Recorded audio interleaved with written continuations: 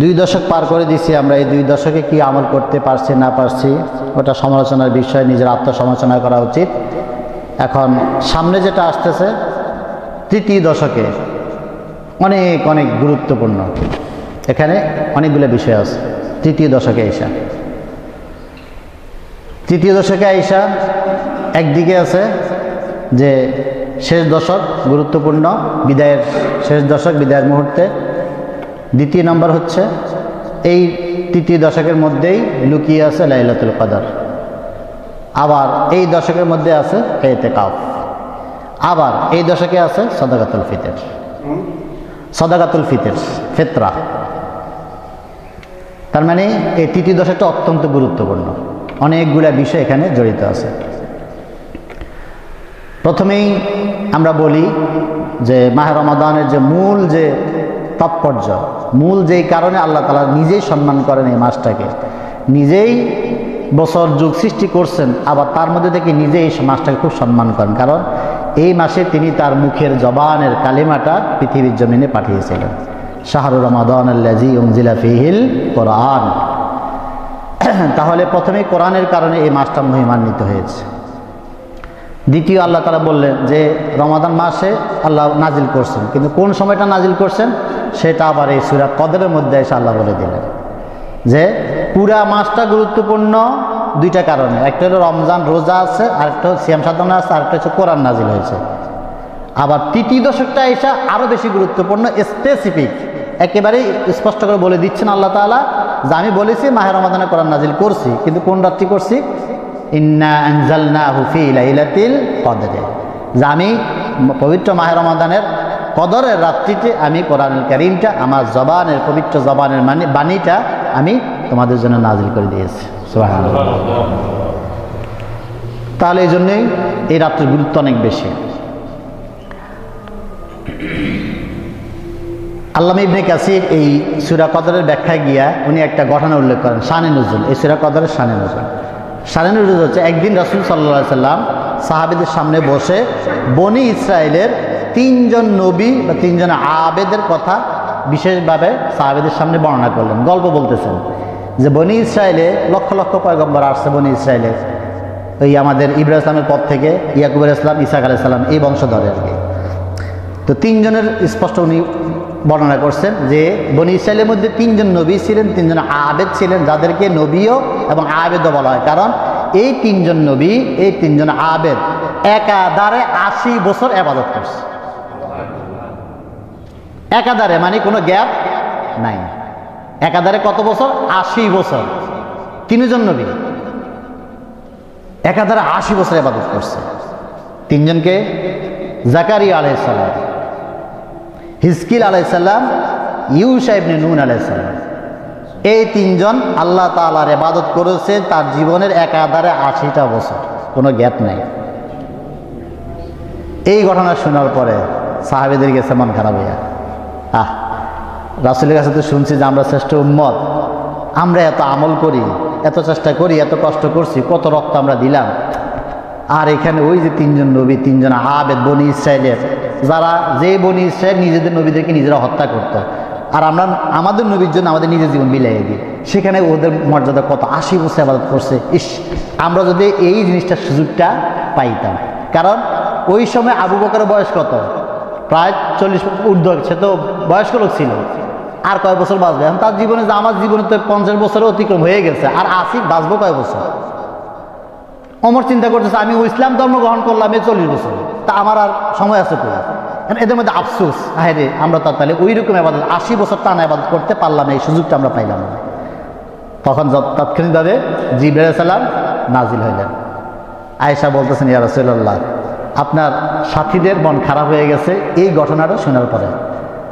আল্লাহ তাআলা আপনার এই সাথীদের জন্য অনেক বড় একটা উপহার পাঠিয়ে দিয়েছেন। তাদের মনের আবেগ যে আমরা যদি 80 বছর ইবাদত করতে পারতাম তাহলে কত না লাভ হইতো, আমাদের কত সুযোগ হইতো, আমরা আল্লাহর কাছে মর্যাদা পেতে পারতাম। আল্লাহ তাআলা সে আবেগের জবাব দিয়ে দেন। বান্দা শুধু আল্লাহর কাছে চাইতে দেরি, আল্লাহ দিতে 1 সেকেন্ডও দেরি করে না। চাইছে শুধু সাহাবীরা, এখানে নবী চায়নি। নবী চাইছে?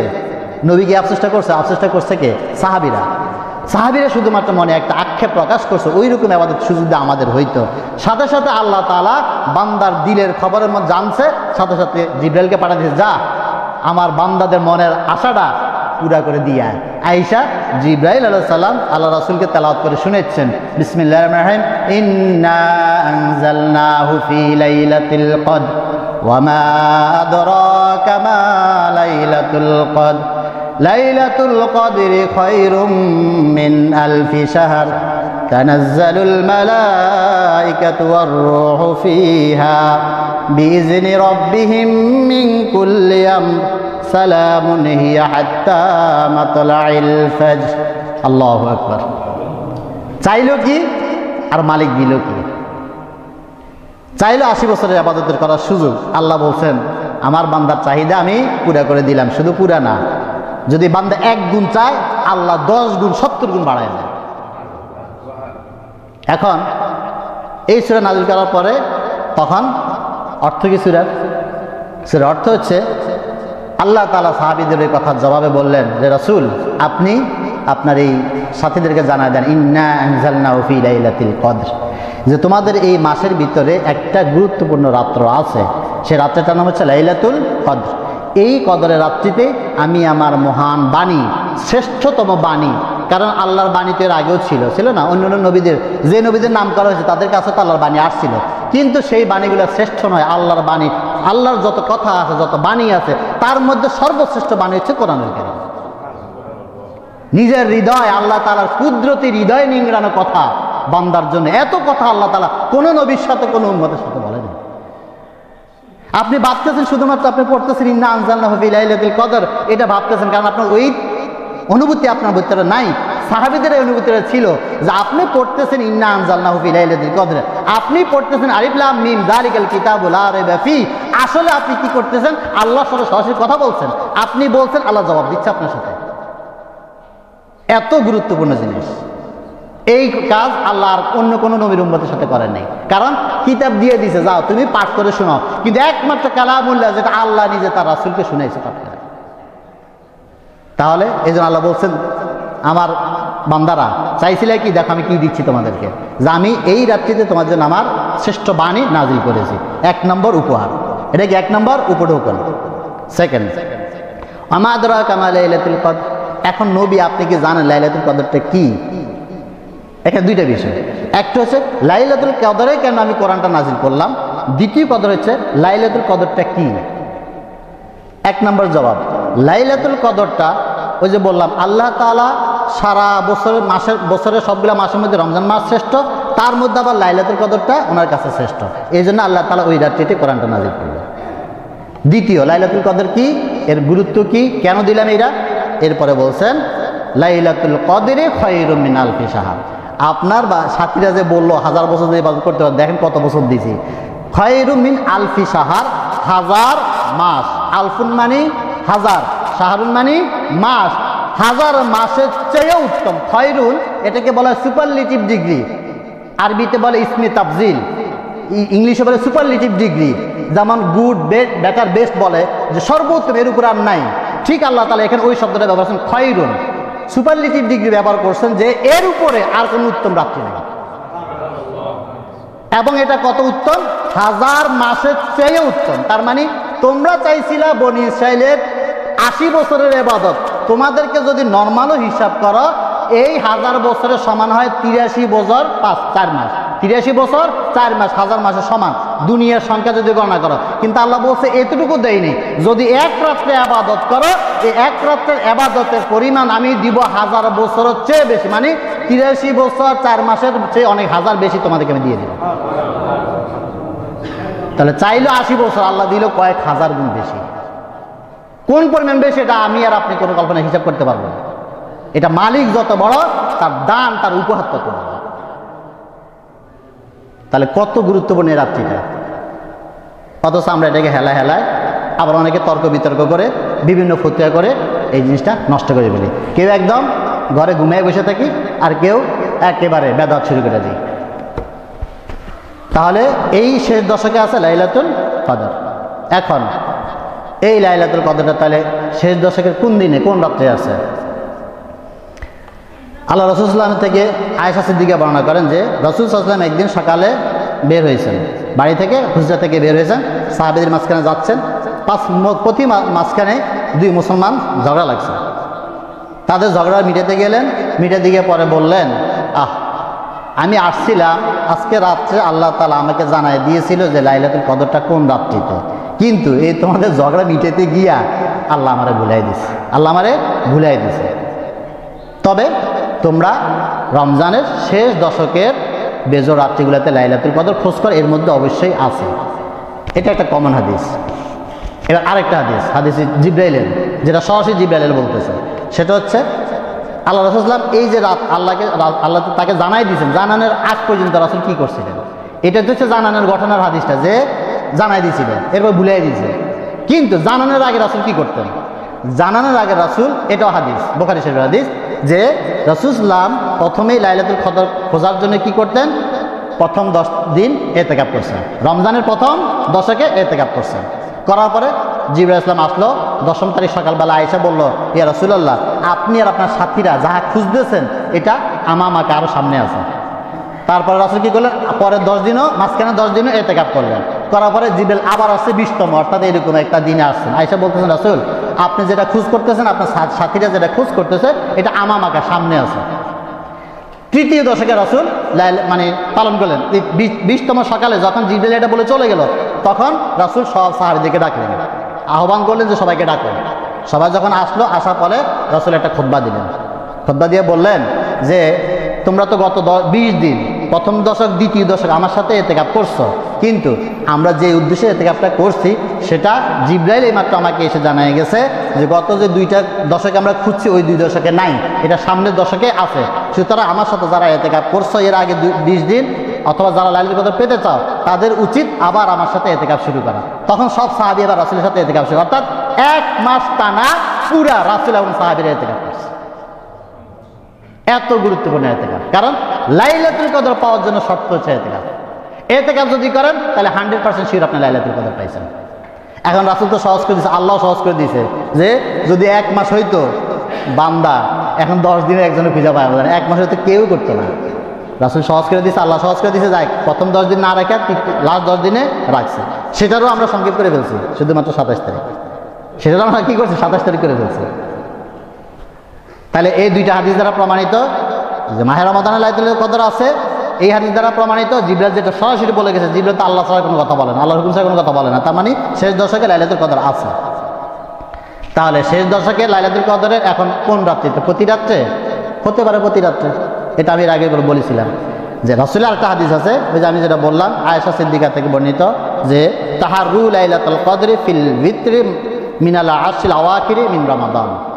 এটা বুখারী শরীফে 2017-2020 হাদিস নাম্বার।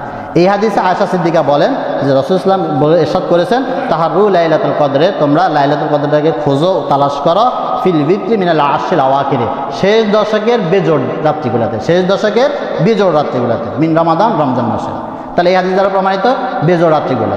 এখন আপনি যদি শুধুমাত্র 21, 23, 25, 27, 29 খুঁজলেন, পাইতে পারেন।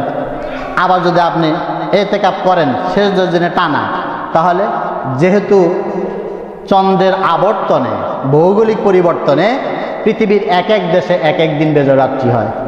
অন্য দেশে যেই দিন বেজোড় রাত্রি ওই দিন আমার জোড় রাত্রি। যেমন গতকালকে শুরু হয়ে গেছে মক্কা শরীফে বেজোড় রাত্রি, আর আমাদের আজকে শুরু হবে রাত্রি থেকে, তাহলে 2 রকম হয়ে গেল না? এই জন্যই রাসূল বারবার ইশারা করছেন, বারবার তাগিদ দিয়েছেন, শেষ দশকে তোমরা ইতিকাফ করো, তাহলে নিশ্চিত 100% শিওর তোমরা লাইলাতুল কদর পাইছো। সেটা যেই দেশে হোক না কেন, সবগুলো তোমার ভিতরে চলে আসছে। তাহলে আপনি মক্কা শরীফের লাইলাতুল কদর পাইলেন, আপনার দেশে লাইলাতুল কদর পাইলেন, কত ভাগ্য আপনার। এই জন্য ইতিকাফ। এখন এই ইতিকাফটা এটা যে শুধুমাত্র এই উম্মতে মুহাম্মদের আমল এটা না, এই ইতিকাফ সব নবীরাই করছেন। এই ইতিকাফটা কি করছে? সব নবীরাই করছেন। ইতিকাফ হচ্ছে আল্লাহর সাথে বান্দার সম্পর্ক গড়ার একটা অনন্য মাধ্যম, যেটার কোনো তুলনা নাই, আর এটার মধ্যে কোনো মিস নাই, গুলি মিস নাই। আপনি টার্গেট করবেন, ইতিকাফ করে টার্গেট করবেন মাওলার সাথে সম্পর্ক তৈরি করার, আপনার সম্পর্ক তৈরি হবেই হবে। কোনো মিস নাই। কারণ সব নবীরাই নবুয়ত পাওয়ার জন্য নবুয়তের আগেই আল্লাহর সাথে এতেকাফ করেই তার সাথে সম্পর্ক তৈরি হয়েছে। এই যে আমি একটা করলাম, আর সরাসরি কোরআনে আল্লাহ তাআলা এই এতেকাফ সম্পর্কে বলছেন কি, এই যে রমজানের যে রোজা ফরজের বিষয়ে আমি যেটা আয়াত তেলাওয়াত করলাম সূরা বাকারার 187 নম্বর আয়াত, কি বলছেন? সুম্মা আতিম্মুস সিয়ামা ইলাল লাইল, তারপরে তোমরা রোজাটাকে পুরা করো ইলাল লাইল, রাত্র পর্যন্ত। ওয়ালা তুবাশিরুহুন্না ওয়া আনতুম আকিফুনা ফিল মাসাজিদ, আর তোমরা মসজিদে ইতিকাফ অবস্থায় স্ত্রীর সাথে মেলামেশা করো না, অর্থাৎ ঘরে যাইও না। তাহলে আল্লাহ তাআলা তো ইতিকাফের কথাই কোরআনে বলেছেন। আবার ইব্রাহিম ইসলাম যখন কাবা নির্মাণ করছেন ইসমাইল আলাইহিস সালাম, তখন তাদেরকে কি অর্ডার দিয়েছিলেন? সূরা বাকারা 135 নম্বর আয়াত আল্লাহ বলছেন, ওয়াহিদনা ইলা ইব্রাহিমা ওয়া ইসমাঈল, আমি ইব্রাহিম এবং ইসমাইলকে ওয়াদা দিয়েছি, প্রতিশ্রুতি দিয়েছি, তাদেরকে আমি বলেছি অঙ্গীকার করো, কি কাজ করবা? আনতাহহিরা বাইতিয়া, আমার এই ঘর যেটা নির্মাণ করলো আমার জন্য, এই ঘরটাকে পবিত্র করো, পরিষ্কার পরিচ্ছন্ন করো। কাদের জন্য? লিত্তাইফিন, যারা তাওয়াফ করবে মানে হাজিদের জন্য, ওয়াল আকিফিনা, এবং ইতিকাফকারীদের জন্য, আর রুকআয়ে সুজুদ, মুসল্লিদের জন্য। 3 শ্রেণীর কথা বলা হয়েছে। যারা তাওয়াফ করবে মানে হজ করবে, অর্থাৎ পৃথিবীর বিভিন্ন দেশ থেকে আইসা মাঝে মধ্যে এখানে সময় সময় হজ করবে, ওমরা করবে। ওয়াল আকিফিনা, যারা এই মায়ের রমাদানে ইতিকাফ করবে অথবা অন্য সময় ইতিকাফ করবে।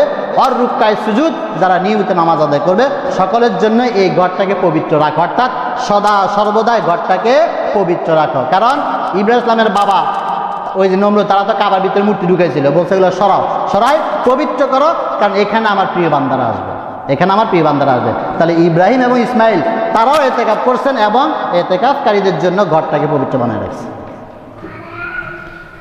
এরপরে মুসা ইসলাম, ওয়াইদ ওয়াদনা মুসা 40 লাইলা, আমরা তো 10 দিন করি না, মুসা ইসলাম কয় রাত্র করলেন? 40 লাইলা, 40 রাত্র। মুসা ইসলামকে আল্লাহ তাআলা বলছেন যে ওয়াইজ ওয়াদ, আমি যখন ওয়াদা করে দিয়েছি, তার কাছে প্রতিশ্রুতি নিয়েছে মুসার কাছে, আর 40 রাত্র, মানে মুসা ইসলামকে ওয়াদা নিয়েছি যে তুমি 40 রাত্র আমার সামনে ইতিকাফ করবে আমার জন্য। অর্থাৎ তোমার পরিবার পরিজন দুনিয়াবি কাজ কর্ম সব ত্যাগ করে, মাওলারে পাইতে হলে দুনিয়াকে সাথে রাখা যাবে না, দুনিয়াটাকে এক সাইডে ফেলে দিয়ে স্ত্রী সন্তান সবগুলো ত্যাগ করে শুধুমাত্র মালিকের জন্য, যদি মালিককে পাইতেছ মালিকের জন্য 40 রাত্র তোমাকে ত্যাগ স্বীকার করতে হবে। মুসা ইসলাম সেই পাহাড়ে গিয়ে 40 রাত্র ধ্যানে মগ্ন ছিলেন। আমাদের নবী ও নবুয়ত পাওয়ার পূর্বে গারে হেরায় ছিলেন না? কয় মাস ছিলেন? আয়েশা খাদিজা রাদিয়াল্লাহু তাআলা আনহা যায় খাওয়া দিয়ে আসতেন, উনি ওইখানে ইতিকাফরত অবস্থায় ছিলেন। অর্থাৎ আল্লাহকে যদি আপনি একান্তভাবে পাইতে চান, দুনিয়া ত্যাগ করে আল্লাহর সামনে আপনাকে বসে যেতে হবে। আপনি যেরকম আপনার ভালোবাসার মানুষকে পাইতে চাইলে দুনিয়ার আর কাউকে জায়গা দিতে চান না, এমনকি সন্তানকেও জায়গা দিতে চান না, যে স্বামী স্ত্রীকে মধুর কথা বলবো, একটু ভালোবাসার কথা বলবো, সন্তান রাখা যাবে না, বাপ মা থাকা যাবে না, তাদেরকে সরাই দিয়ে নির্জন এক ঘরে তা আপনার প্রেমিকের সাথে আপনি কথা বলতে চান, তাহলে আল্লাহ যে আপনার সবচেয়ে বড় প্রেমিক, সবচেয়ে বড় ভালোবাসা, সেই ভালোবাসার সাথে কথা বলতে হলে আপনাকে ত্যাগ করতে হবে। এটা হচ্ছে ইতিকাফ, নির্জন বাস। ইতিকাফ শব্দের অর্থ হচ্ছে নির্জন বাস, নির্জনে নিরিবিলি দুনিয়ার সব কিছু ত্যাগ করে, মোহ ত্যাগ করে, চিন্তাধারা ত্যাগ করে ঘরে আল্লাহর ঘরে বসে আল্লাহর ধ্যান মগ্ন করে, এটা হচ্ছে ইতিকাফ। এখন আমাদের সমাজে ইতিকাফ উঠেই গেছে প্রায়। ওই একটা মাসালা আছে যে ইতিকাফের মাসালা কি? সুন্নতে মুআক্কাদা ইয়া কিফায়া, এটা ফতোয়া দেওয়া হয় যে এটা সুন্নতে মুআক্কাদা মানে গুরুত্বপূর্ণ সুন্নত, এটা আদায় না করলে গুনাহগার হতে পারে। ওই যে যেখানে যেখানে মসজিদ আছে, মসজিদের চারপাশ থেকে অন্তত যদি একজন আদায় করে দেয়, সবার পক্ষ থেকে আদায় হয়ে যাবে। এই মাসালা পাইয়া ফতোয়া পাইয়া আমরা সবাই আল্লাহ দিলে জোর জবরদস্তি ধৈর্য টোকাইয়া মোগাইয়া বুড়া তুবড়িয়া, ওই অজু থাকে না ঠিক মতো, ডান বাম চিনি না, কোর্সিন চিনি না, তারাই না বসাই দিয়া কিছু টাকা পয়সা দিয়ে যে তুমি ভাই এখানে বয়ে থাকো, আর আমি দুনিয়া চড়ে বেড়াই, তুমি আমার ইতিকাফ আদায় করে দাও। আল্লাহরে পাইবেন এত সহজে? ওই বুড়ার মাধ্যমে আপনি আল্লাহরে পাইয়ে যাবেন, তার অজু ঠিক থাকে না, এত সহজ না। তাহলে তো সাহাবীরা করতো যে নবী ইতিকাফ করতে যায়, আমরা তো নবীর খেদমত করি, নবীর জন্য জীবন দিই, তাহলে আমাদের ইতিকাফ দেয়, নবী করছে আমাদের পেয়ে গেছি। একটা দায়িত্ব ভেজাল ইমাম। সুতরাং আমাদেরকে ইতিকাফ করা গুরুত্বটা বুঝে অবশ্যই, যারা আমরা একটু অবসর পাওয়ার, একটু চেষ্টা করলে অবসর পেতে পারি, আমরা অবশ্যই যেন ইতিকাফ করি। ইতিকাফের গুরুত্ব অনেক অনেক অনেক। এরপরে কয়দিন করবেন ইতিকাফ? এবার আসেন আয়েশা সিদ্দিকা থেকে এই হাদিসটা বর্ণিত, তিনি বলেন যে আন্নান নবী সাল্লাল্লাহু আলাইহি ওয়াসাল্লাম, নিশ্চয় নবী করিম সাল্লাল্লাহু আলাইহি ওয়াসাল্লাম ইয়াতাকিফুল আশরাল আওয়াখিরা মিন রমাদান, রমাদানের শেষ 10 দিনে রাসূল ইতিকাফ করতেন। হাত্তা তাওয়াফাহুল্লাহ, এমনকি তিনি তার মৃত্যুর পূর্ব পর্যন্তই তিনি এই ইতিকাফ বহাল ছিলেন। শুধু তাই নয়, আরেকটা হাদিসে সেটাও আম্মা জান আয়েশা সিদ্দিকা থেকে বর্ণিত, তিনি ওইখানে বলেন যে আল্লাহ রাসূল সাল্লাল্লাহু আলাইহি ওয়াসাল্লাম সারা বছর সবসময় তো ইতিকাফ করতেন, কিন্তু যে বছর তিনি ইন্তেকাল করেন ওই বছর মাহে রমাদানে তিনি একাধারে 20 দিন ইতিকাফ করছিলেন। 20 দিন ইতিকাফ করেছিলেন, শেষ 20 দিন ইতিকাফ করছিলেন। তার মানে হচ্ছে ইতিকাফের মূল সময় হচ্ছে শেষ 10 দিন। তার মানে আজকে যে 20 রমজান আমাদের, আজকে এই মাগরিব থেকে শুরু হয়ে যাবে ইতিকাফের বিধান। যারা ইতিকাফ করবেন তারা আজকে মাগরিবের আগে এখানে এসে বসে যেতে হবে। এরপর আরেকটা, তার বলেন কি হাত্তা তাওয়াফাউল, এমনকি আল্লাহ রাসূল ইন্তেকাল করলেন, কিন্তু রাসূল ইন্তেকাল করার পরে কি ওটা কিন্তু বন্ধ হয়ে যায়নি।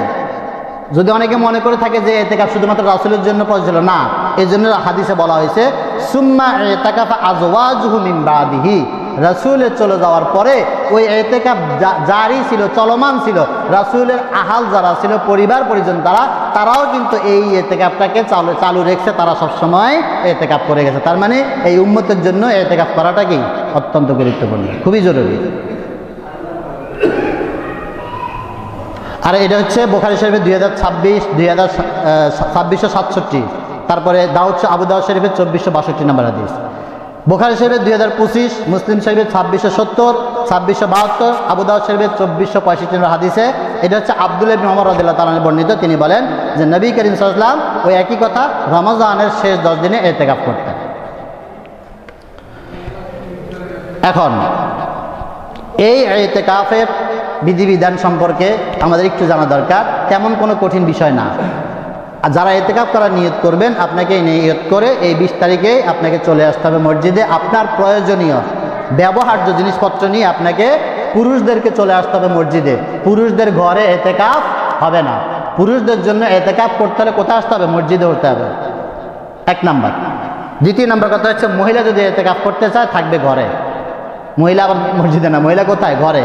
ঘরে সে যে কোনো একটা নির্জন রুমে, যেখানে স্বভাবত নামাজ পড়ে, পবিত্র জায়গায়, ওইখানে নির্জন, যেখানে সচরাচর মানুষ যাবে না, পর্দার লঙ্ঘন হবে না, আওয়াজ যাবে না, এরকম দুনিয়াবী কথাবার্তা কম শুনবে, ওইরকম একটা নির্জন জায়গায় বেছে সেইখানে মহিলারা করবে। এরপরে হচ্ছে এই যখন আপনি ইতিকাফ নিয়ে চলে আসবেন মসজিদে, অথবা মহিলা তার ঘরে ওই নির্দিষ্ট জায়গায় বসে যাবে, এরপরে আর আপনি বিনা প্রয়োজনে জরুরি যে আপনার চাহিদা, যেগুলা মৌলিক চাহিদা ব্যতি রেখে আপনি আর মসজিদ ত্যাগ করতে পারবেন না, ওই মহিলা আত্মার ওই ঘর ত্যাগ করতে পারবেন না। জরুরি প্রয়োজন বলতে আপনার প্রাকৃতিক যে সমস্যা, পেশাব পায়খানার জন্য, অজু গোসলের জন্য, এগুলোর জন্য শুধুমাত্র বের হতে পারবেন। ওই বাজার করার জন্য, খাওয়ার জন্য আপনি যেতে পারবেন না, তাহলে ইতিকাফ নষ্ট হয়ে যাবে। আর মসজিদে যখন থাকবেন ইবাদতের সাথে থাকতে হবে, দুনিয়াবি কোনো কাজকর্ম এখানে করা যাবে না। ওই এখানে বসে বসে জমির হিসাব করলেন, এইখানে বসে বসে ব্যবসার হিসাব করলেন, এখানে বসে বসে মোবাইলে আপনি আপনার সব চালালেন, হইল না। এখন তো দেখি অনেকে ইতিকাফ করার সাথে মোবাইলও আছে, ফেসবুকে টিপে, ইউটিউবে দেখে, আবার ওই দুনিয়ার তার ব্যবসা যত সব চালায়। তাহলে আপনি দুনিয়ার সাথে সম্পর্ক ছিন্ন হলো না, তাহলে ইতিকাফ হলো না। দুনিয়া এখানে আসা মানে যে কদিন থাকবেন আপনার পরিবারের সব কিছু ব্যবস্থা করে দিয়ে আসবেন, যাতে আপনার কারণে আবার পরিবার যাতে কষ্ট না হয়। পরিবারের ওই 10 দিনের আপনি যে কদিন এখানে থাকবেন, ওই 10 দিন পরিবারের ভরণ পোষণ, বাজারঘাট সব করে দিয়ে আসবেন, অথবা করার জন্য ব্যবস্থা করে রেখে আসবেন, যাতে কেউ করে দিতে পারে। কিন্তু আপনি আসার কারণে তাদের যেন আবার ক্ষতি না হয়। এখন এমন একটা সুযোগ পাইলেন, অনেকে কিপটে স্বামী আছে, যে সুযোগ তো পাইছি, যাক বউরে কইছিল আমি এতে চলে গেলাম, গাঠটি পটলা বাইন্দা নিজের খাওয়া টাওয়া লইয়া মসজিদে শুয়ে গেলেন, আর ওইদিকে বউ না খাইয়ে পোলাবেন, না খাইয়ে রাস্তা রাস্তায় ঘুরতেছে, এতে হবে না। আরেকটা করলেন কি, আপনি ঠিকই ইতিকাফে চলে আসলেন, আর বউ পোলামেন্টে টাকা পয়সা দিয়ে এলেন, এটা হচ্ছে আরেক গ্রুপ। টাকা পয়সা দিয়ে এলেন যে তোমরা ঈদের মার্কেট করে নিও, আমি তো আর করতে পারলাম না। আলহামদুলিল্লাহ, বউ তো পাইছে স্বাধীনতা, বউ পোলামেন্ট সবগুলো মিলা মার্কেটে প্রতি রাত্রে মার্কেটে দৌড়া শপিং করে, আর আপনি বসে বসে ইতিকাফ করেন, হবে না।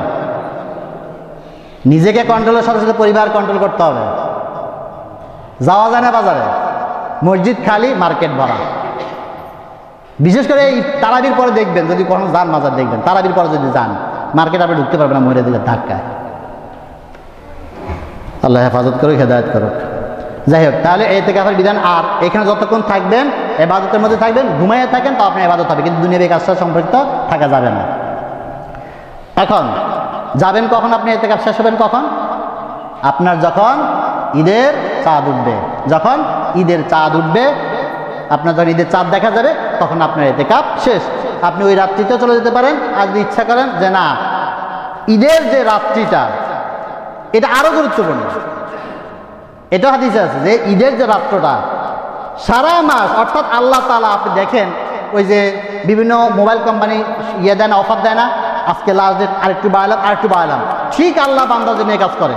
কত রহমান রহিম, আল্লাহ সুযোগ দেয় যে বান্দা তুই একটু আয়, যে সারা মাস প্রথম রোজা থেকে 29 রোজা পর্যন্ত তুই আমল তেমন করতে পারস নাই, ব্যবসা বাণিজ্য নিয়ে ব্যস্ত ছিলি, চাকরি বাণিজ্য ব্যস্ত ছিলি, তোর আরেকটা লাস্ট চান্স দেই। সে লাস্ট চান্সটা কি? ঈদের চাঁদ উঠে গেছে, কালকে থেকে আর রোজা নাই, কালকে সকালে ঈদ পালন করবি। আজকে রাত্রে যদি আল্লাহর কাছে কায়মানুবাক্যে তাওবা করেন মাপ চাইতে পারস, ঈদের রাত্রি তো আল্লাহ তাআলা হাজার হাজার মানুষকে, লক্ষ কোটি মানুষকে মাফ করে দিলেন। সুতরাং যিনি ইতিকাফ করবেন উনি এটাই বলেন যে যেহেতু ছিলাম আর এক রাত্রি না, ওই রাত্রিতে থাকলে আপনি ওই ফজিলতটা আপনি পেয়ে গেলেন, আর ঈদের দিন সকালবেলা বাড়ি চলে গেলেন, আরো উত্তম হইল আপনার। এই হলো ইতিকাফ। এখন আসি লাইলাতুল কদর। দুইটা বিষয় খুব সংক্ষেপে বলে যাচ্ছি। লাইলাতুল কদর যেটা বললাম যে এই সূরার মাধ্যমে আল্লাহ তাআলা বললেন যে লাইলাতুল কদরটা হচ্ছে 1000 মাসের চেয়ে উত্তম, পাওয়ারফুল একটা রাত, যেটা অন্যান্য উম্মতের মধ্যে, নবীদের মধ্যে ছিল না, এটা আমাদের জন্য আল্লাহ তাআলা দিয়েছেন। এখন এই লাইলাতুল কদরে আল্লাহ তাআলা কি করেন? তানাজ্জালুল মালাইকাতু ওয়ার রূহ, জিবরাইল আলাইহিস সালাম এবং অন্যান্য সকল ফেরেশতা, মালাইকা বলছে এটা বহু বচন, প্লুরাল, অন্যান্য হাজার হাজার লক্ষ লক্ষ ফেরেশতা আল্লাহ তাআলা দুনিয়ার জমিনে পাঠায় দেয়। স্পেশাল এটা, এমনিতে তো দুনিয়ার বিভিন্ন কাজে ফেরেশতা নিয়োজিত আছে, আমাদের প্রত্যেক কাজে ফেরেশতা আছে, আমার হেফাজতের জন্য ফেরেশতা আছে, বিভিন্ন দোয়ার জন্য ফেরেশতা আছে আপনার পিছনে লাগা। স্পেশালি লাইলাতুল কদরের রাত্রিতে আল্লাহ তাআলা এই দুনিয়াতে তার স্পেশাল একটা ফোর্স পাঠায়, একটা বিশেষ বাহিনী পাঠায়। কি করে তারা? তাদের রবের বিইজনি রব্বিহিম, তাদের রবের অনুমতি ক্রমে তারা এই দুনিয়াতে আসে, তারা এই দুনিয়াতে আসে। মিন কুল্লি আমর, প্রত্যেকের যার যাহা কিছু নির্ধারণ ছিল সেইগুলা নিয়ে আসে। কি? একটা হচ্ছে আল্লাহর সামনে প্রথমে উপস্থাপন করা হয় যে কোন বান্দার, আল্লাহ তার ফেরেশতার অভাব নাই, বাহিনীর অভাব নাই, প্রত্যেকটা মানুষের, প্রত্যেকটা প্রাণীর রিজিক বন্টন, আগামী একটা বছর তার রিজিক বন্টন, এইটা বন্টন করে আল্লাহর সামনে উপস্থাপন করা। আগামী এক বছর এই বান্দার এই আমলনামা, এই কাজ, এই রিজিক উপস্থাপন করার পরে হতে পারে আল্লাহ তাআলা সিগনেচার দিয়ে দেন যে নিয়ে যাও, এটা আমার বান্দার কাছে দিয়ে আসো, তার জন্য বন্টন করে দিয়ে যাও। তারা দুনিয়াতে আইসা যারা সৌভাগ্যবান তাদের কপালে, যাদের কপালে ভালাই আছে তাদের জন্য এটা বন্টন করে দিয়ে যান এই রাত্রিতে। আইসা যখন দেখবে আপনি বসে বসে ফেসবুক টিপতেছেন আর হিন্দি গান শুনতেছেন, আর নাহলে ইউটিউবে নাটক দেখতেছেন, সিনেমা দেখতেছেন, আর নাহলে বসে বসে গল্প করতেছেন, নাহলে সুরুট টানতেছেন, কারণ ইফতার তো করছি এখন তার বাধা নাই, আল্লাহ দিলে টানতেছেন, পান চাবাচ্ছেন আর গল্পে মেতে আছেন, কি আর আছেন মার্কেটে, এই বিভিন্ন জায়গায় আছেন, অর্থাৎ আল্লাহর কাছে নাই। তাহলে আল্লাহর ওই স্পেশাল ফেরেশতা আপনার কাছে আসবে? দুর্গন্ধের কারণে তো আপনার কাছে আসবে না। রাত্রিটা দিলেও কি আর আপনি করতেছেন কি? আসবে না তো। আর কিছু ইয়াং পোলাবেন দেখি, আমি তো রাস্তার পাশে বাসা থাকি, তো দেখি আমি গত ওই যে সবে বরাতের সময় দেখলাম ইয়াং পোলাবেন অনেকগুলো একসাথে হইয়া ওই দলবাজি করে কি হাঁটতেছে, রাস্তায় চিল্লাচ্ছে, এটা নাকি শবে কদর পালন হয়, আর পটকা ফুটাচ্ছে। এটা শবে কদর নয়, শবে বরাত নয়, ওটা হচ্ছে আমলের জন্য, ইবাদতের জন্য। সুতরাং এই রাত্রিতে ফেরেশতারা আসে, আমাদের বন্টন, রিজিক বন্টন করে দিয়ে যায়। সালামুন হিয়া হাত্তা মাতলাইল ফাজর, চূড়ান্ত আল্লাহ বলে দিলেন কি এই রাত্রিতে যারা কাজে লাগাবে তাদের জন্য আল্লাহর পক্ষ থেকে সালাম। একটু কল্পনা করেন চোখ বন্ধ করে যে আমি চুপচাপ লাইলাতুল কদরের রাত্রিতে বসে বসে আল্লাহ ইবাদত করছি, ইবাদতরত অবস্থায় আল্লাহ তাআলা আমার রব আকাশ থেকে আমাকে সালাম পাঠালে, বলল আসসালামু আলাইকা ইয়া আব্দুর রহমান। কল্পনা করবেন, এটা আসবে না তো, কারণ আমাদের কলব তো মরে গেছে, এই কল্পনা আমাদের কলবে আসবে না।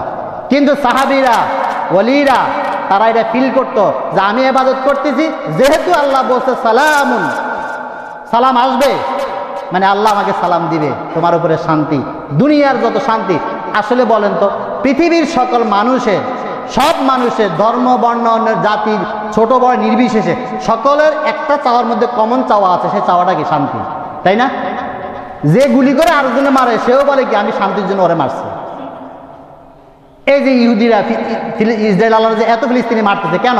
যে আমরা একটা স্বাধীন দেশ পাবো শান্তির জন্য। তাহলে সবাই চায় শান্তি, আর আল্লাহ বলেন কি আমি সেই শান্তি নাজিল করবো কাদের জন্য? ওই এদের জন্য যারা ওই রাত্রিটাকে কাজে লাগাবে। কখন পর্যন্ত? সারা রাত্রি, যখন থেকে শুরু হবে রাত্রি সূর্য অস্ত যাবে তখন থেকে শুরু করে হাত্তা মাতলাইল ফাজরে, ফজর উদিত না হওয়া পর্যন্ত সারা রাত্রি আল্লাহর রহমত দরবার থেকে এই যারা বান্দারা আল্লাহর ইবাদতে রত থাকবে তাদের উপরে সারা রাত্রে একটা সেকেন্ডও গ্যাপ থাকবে না, প্রতিটা মুহূর্তে সালাম শান্তি বর্ষিত হতেই থাকবে। আল্লাহ তাআলা আমাদেরকে সেই শান্তি পাওয়ার মতো আমল করার তৌফিক এনায়েত করুন। সর্বশেষ রাসূলের আরেকটা হাদিস বলে শেষ করব। রাসূল সাল্লাল্লাহু আলাইহি ওয়াসাল্লাম, এই হাদিসটা আমরা অনেকে জানি, যে মিম্বারে ওঠার সময় একদিন বললেন যে আমিন আমিন আমিন, 3 বার আমিন বলছিলেন। তো সাহাবীরা প্রশ্ন করলো কেন? সেই প্রশ্নের উত্তর বলছিলেন না 3টা কারণে।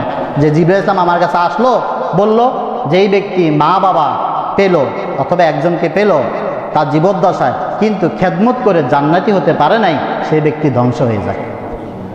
রাসূল বললেন আমিন।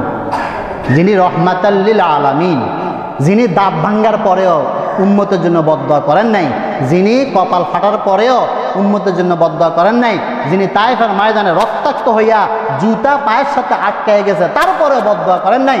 জিবরাইল ফেরেশতা আয়েশা বলছিল যে পাহাড়ের ফেরেশতারা রেডি আছে, শুধু বলেন ধ্বংস করে দিই। বলছে না, আমি রহমাতাল লিল আলামিন। সেই নবী এইখানে আয়েশা মসজিদে মিম্বারে যখন ওই একই জিবরাইল আয়েশা যখন বলল যে আল্লাহ আপনার কাছে 3টা বাণী পাঠিয়েছে, যেই ব্যক্তি মা বাবার খেদমত করলো না, খেদমত করে নিজেকে মাপ পাইতে পারলো না, জান্নাতি করতে পারলো না, ওই উম্মত ধ্বংস হোক। রাসূল বললেন আমিন।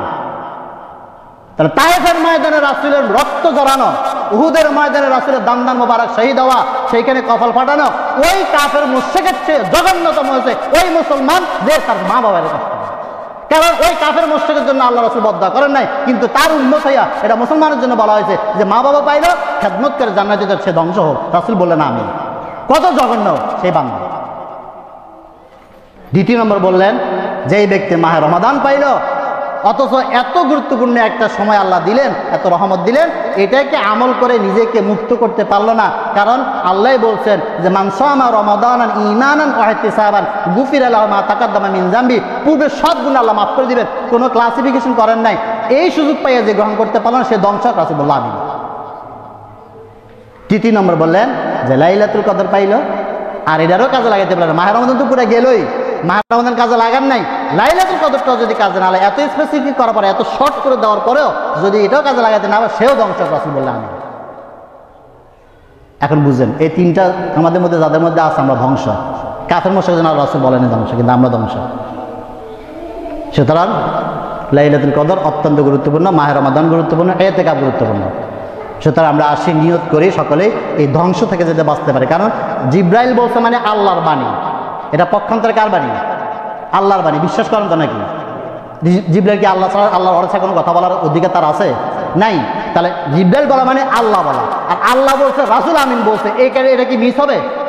যদি এর মধ্যে ক্যাটাগরির মধ্যে আপনি পড়েন, আপনার জীবন কি ধ্বংস হবে কি হবে না বলেন? তাহলে যারা মা বাবার কষ্ট দেয় এরা কি ধ্বংস হবে কি হবে না? অবশ্যই হবে। সুতরাং এই 3টে বিষয়ে খুব সচেতন থাকেন। এখন বর্তমান 2টা জিনিস আমাদের সামনে, মাহে রমাদানও শেষ হয়ে যাচ্ছে, লাইলাতুল কদর শুরু হয়ে যাচ্ছে। সুতরাং আমরা একটা রাত্রকে নির্ধারিত না করি ভাই। যদিও হাদিসে বলা আছে, রাসূল অনেকগুলা বিভিন্ন রকম হাদিস আছে, বলছেন 21, কোথাও বলছেন 23, কোথাও বলছেন 25, কোথাও বলছেন নবমী, কোথাও বলছেন সব, এভাবে বলছেন। আবার অধিকাংশ হাদিস আছে যে শেষ 10 দিন, শেষ 10 দিন। সুতরাং এই শেষ 10 দিন আজকে থেকে প্রতিটা রাত্রে যাহা কিছু করেন আর না করেন, এই রাত্রগুলোকে একটু কাজে লাগান, ইবাদত করেন, ইস্তেগফার করেন, বেশি বেশি আল্লাহর কাছে ক্ষমা চান। আর একটা দোয়া রাসূল শিখিয়ে দিয়েছে, এটা বলে শেষ করব। সাহাবীরা তখন প্রশ্ন করছিল, ইয়া রাসূলুল্লাহ, লাইলাতুল কদরে আমাদের বিশেষ কোনো আমল আছে কিনা? রাসূল শুধু একটা আমলের কথা বলছেন, আর কিচ্ছু বলেন নাই। কিন্তু আমরা অনেকে বলি কি আমল আছে, কয় রাকাত নামাজ পড়ো না, ওটা ওপেন, ওটা উন্মুক্ত, আপনি যত রাকাত করতে পারেন আপনার জন্য ওপেন, যত তেলাওয়াত করতে পারেন ওপেন, ওগুলো ওপেন। একটা আমলের কথা শুধু বলছেন যে এই রাত্রিতে তোমরা একটা দোয়া খুব বেশি করবা। দোয়াটা কি?